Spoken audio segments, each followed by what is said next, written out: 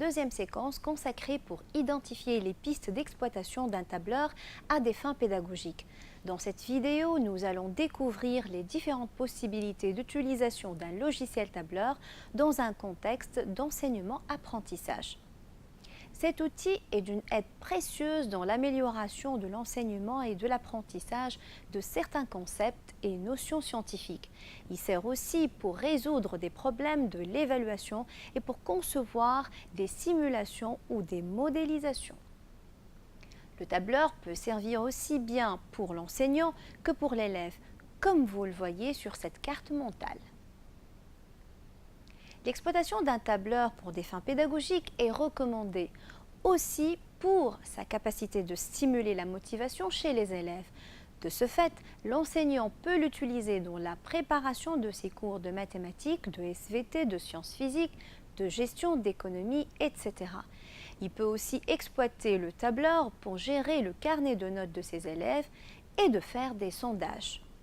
Du côté de l'élève, le tableur est utilisé pour calculer sa moyenne, gérer son budget, gérer son carnet d'adresses, etc. Nous allons énumérer dans ce qui suit des exemples d'exploitation d'un tableur par l'enseignant et par l'élève. Parmi les utilisations d'un tableur dans le travail de l'enseignant, nous citons les suivantes.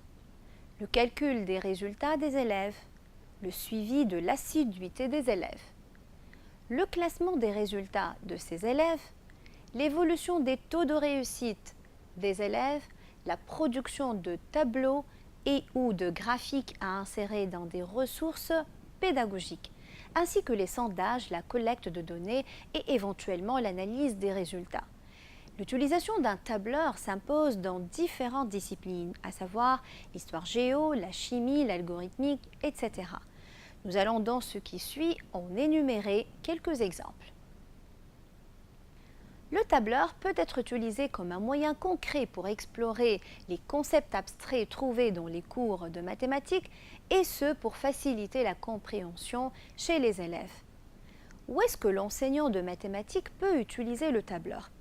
Par exemple, l'étude d'une fonction telle que la fonction affine f de x égale 3x moins 4 et la construction de la courbe équivalente, ou encore la fonction linéaire f de x égale 4x et la construction de la courbe correspondante. Un enseignant de sciences physiques peut aussi utiliser un tableur pour expliquer certains concepts et notions, comme par exemple pour simuler une sinusoïde ou encore pour visualiser l'effet de déphasage sur les grandeurs caractéristiques d'un courant alternatif.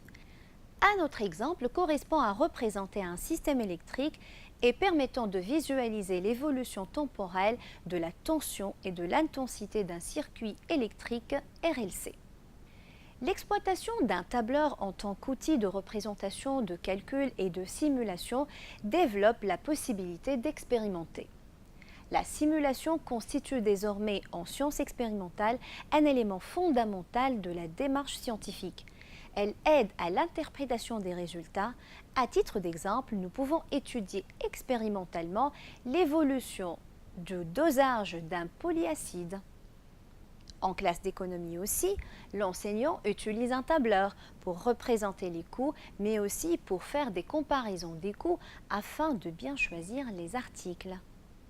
En outre, le tableur peut être exploité dans les cours d'algorithmique et de programmation, par exemple pour expliquer les notions d'approximation et d'optimisation. Voyons maintenant les plus-values de l'exploitation d'un tableur pour les élèves.